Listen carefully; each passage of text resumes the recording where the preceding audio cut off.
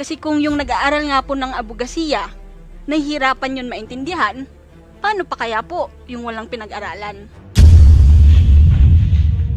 I'm a teacher po kasi, hindi ko kayang mapabayaan na mali yung pagkakaintindi. If there's something wrong with the answer or the explanation, I have to call it out. Outright. So, I just want to make it clear, Mr. Chair, that nothing cures an illegal arrest. Okay? Wala pong makaka-cure doon. Narinig ko na rin po yan nung nag-aaral po ako ng law. Kaya wag nyo na po kaming lecturean dyan. Yung na tao na nasa loob, sir, is kitang-kita, sir, yung sa labas, sir, na yung nagpara, sir, ng sasakyan. Yun yung pang-apat na nasa kaliwa. Yung lumapit sa driver. Yes, sir, yung sa kaliwa, Yes. sir. Hindi siya nakamask na lumapit. Yes, sir, wala po, sir. So, kaya siya nakilala na puti ang buhok at may salamin, according to the statements of the witnesses. Yes, sir. Okay. Thank you. Tama rin yung sabi po ninyo na kung ako ang driver, bakit ako titigil kung nakamask yung papara sa akin? So, yung mga statement ng mga kwan is logical.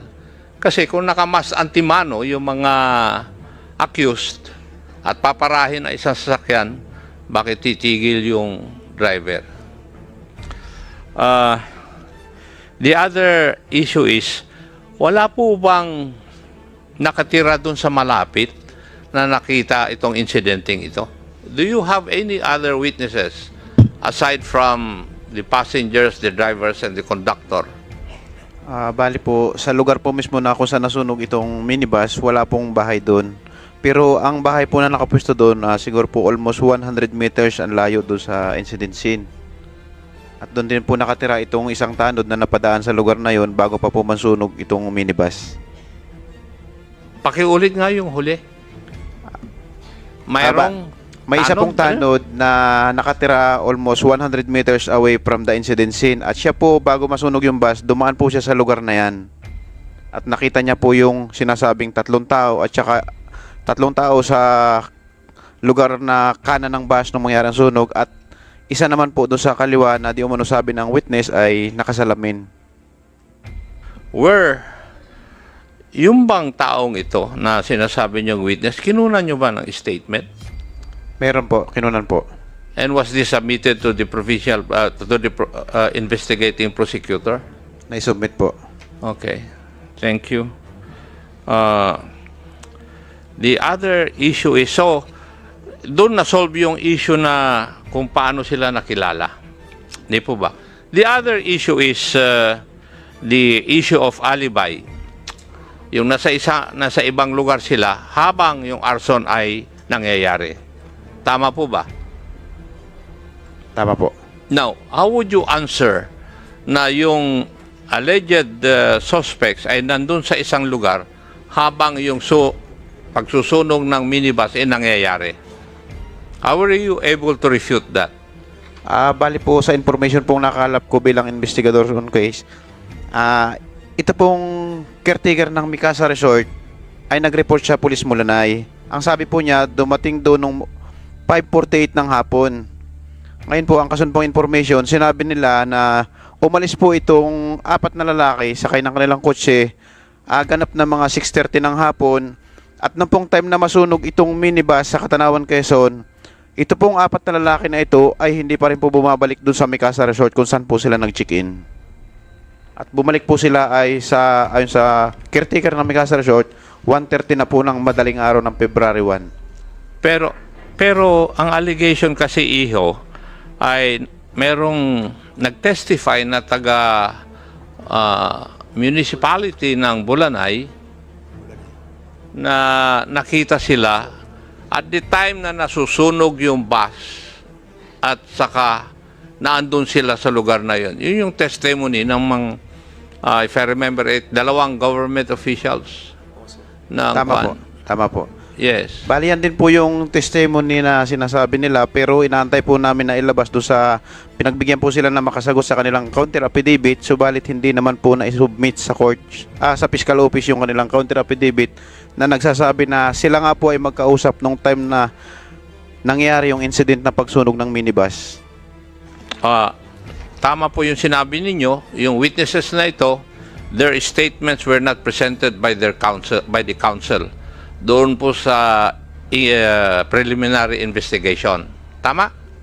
Tama po. And therefore, since it was these statements were not submitted, binaliwala ng prosecutor yon. Tama po. Kasi ikaw ang humaharap doon, di ba? Opo. Being the investigator. So, dito po nakikita po natin yung lapses ng nangyari yung unang abogado, yung counsel, kaya pinasosomon. Would you agree with that, yung bagong lawyers ng mga accused?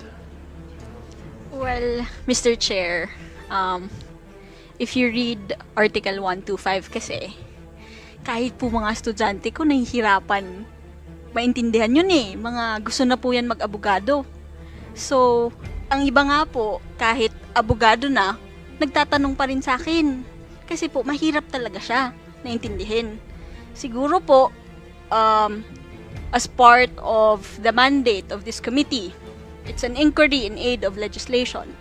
I think po, Congress can make our laws more understandable.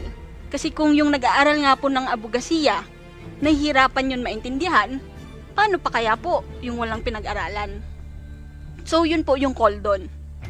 And, I think po, kailangan, I'm a teacher po kasi, hindi ko kayang mapabayaan na mali yung pagkakaintindi. If there's something wrong with the answer or the explanation, I have to call it out, outright. So, I just want to make it clear, Mr. Chair, that nothing cures an illegal arrest. Okay? Wala pong makaka-cure doon. The waiver of Article 125 only cures the period that you are detained without a valid warrant. Okay po? When you waive Article 125, sinasabi mo, okay, pag ako inaresto, dapat, within 36 hours, na-file na sa kaso yung court. Na-file na yung kaso sa court. But pag ako nag-waive ng 125, sige, piskal, magdesisyon ka. Magdesisyon ka, pero ako, dito muna sa loob. Dito muna sa kulungan. Yun po yung hindi naiintindihan ng iba. Kasi po, ang iba, pag sinabing, okay, mag-waive ako ng 125, kasi bibigyan ako ng tsansa magpaliwanag. Bibigyan ka po ng tsansa magpaliwanag, pero wini-waive mo yung right mo na i-release ka within 36 hours. Pag wini-waive mo po yon, okay, dito lang ako sa loob ng kulungan habang si piskal nagdidesisyon. Yun po ang konsekwensya ng 125. I want to make it very clear po sa lahat ng mga estudyante ko, sa lahat ng law students, nothing cures an illegal arrest. Thank you, Mr. Chair. Narinig ko na rin po yan nung nag-aaral po ako ng law. Kaya wag nyo na po kaming lecturean dyan. Nothing cures an illegal arrest, but you have to prove that the arrest was illegal yet. Di po ba? Because if you allege that the arrest was illegal, then you have to prove that the arrest was illegal. Yes, Mr. He Chair. who averse must prove it. Tama rin po ba? Yes, Mr. Chair. Yes. And you do not agree with the ruling of the prosecutor insofar as explaining the repercussions of waiving or availing of Article 125. Well, Mr. Chair, this case is already filed in court and I am already bound by the sub judice rule. Okay. But in this jurisdiction, we're not bound by the sub judice rule. Yes, Mr. Chair, but Yes, as a lawyer, there are rulings I am. of the Supreme Court already that proves or that says that we are not bound by the sub judice rule. in committee hearings of this House of Representatives. Yes, I agree, Mr. Chair. Yes, thank you. Because if you read the ruling, nandito naman po yung kwan eh. I do not know if you have read the resolution of the investigating prosecutor. Yes, Mr. Chair. I read it personally when it was emailed to us. Yes, and I would just like to emphasize that paragraph, and I would like to quote, "This undertaking were clearly discussed by their counsel." It pertains to the waiver of the rights. Before they voluntarily signed the waiver, the respondents were award-winning film director who graduated from a prestigious university. The other two respondents were both civil engineers, and the other is a sales manager. It is impossible that they did not understand the contents of the request, since their own lawyer assisted them in the process of signing them. That's the exact wordings of the resolution of the prosecutor or investigating prosecutor. Yun po yung kwan. So, while I agree with you that students of law, or even lawyers for that matter, do not fully grasp the meaning of this waiver, I agree with you, madam. Pero, ito po ay kasama sa protocol, di po ba? At ginawa naman, pinagawa ng prosecutor na yung counsel of choice ipaliwanag bago pirmahan yung waiver na yon. That is the protocol, di po ba? Kasi I have been an investigator in my whole life.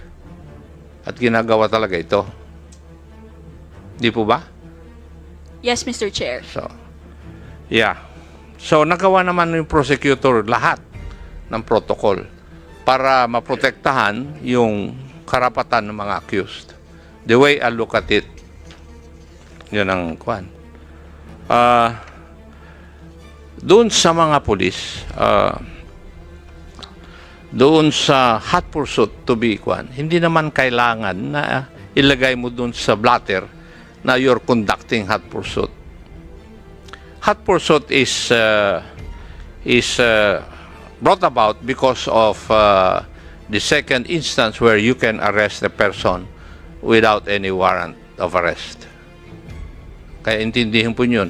Kasi palagi nyo ginagamit yung term na hot pursuit, wala naman sa provision of law yung term na hot, or yung phrase na hot pursuit eh. Yeah. Thank you, Mr. Chair. Kasi Yeah, thank you so much. Itong kaso Yeah. ay nasa korte na, Oo nga eh. So, doon na sila maglaban-laban. yeah, Thank you, Mr. I was Chair. listening intently, doon sa mga pinag-uusapan ng both lawyers, no. I was about to say something then na Duralex said Lex, no. I took up law also for 1 year and the law may be hard but still the law, di ba? Ang hirap no. But we know maraming mga lapses doon sa procedure that we need to understand, especially dun sa attorney that convinced the poor suspects to sign the waiver and thereby creating a solution for the hot pursuit. And it pains us, no? Dahil nga, of course, kung talagang walang kasalanan, dapat wala na sa kulungan. Pero kung may kasalanan, dapat nakakulong pa sila. That's the essence of democracy in this country, and we have to accept that. And our role in this committee is to find out yung lapses of the procedures of the police. We have seen, and that's the reason why we invited the NAPOLCOM and the ILG to somehow, yung the appreciation of the NAPOLCOM with regards to those. Not provision, but the situation wherein the hot pursuit was established, and thereby the decision of the prosecutor was based on that narrative. So, can you kindly give us some inputs on this? Siguro unahin na muna natin sino, NAPOLCOM muna o DILG muna? DILG muna. O sige, DILG, please. Maraming salamat po, Mr. Chair. Base po sa mga narinig po natin ngayon po sa mga testimonya ng ating mga resource person, Unang-una po, ang unang komento ko po, no, gusto ko lang hong i-acknowledge din po yung ginawa ng ating PNP.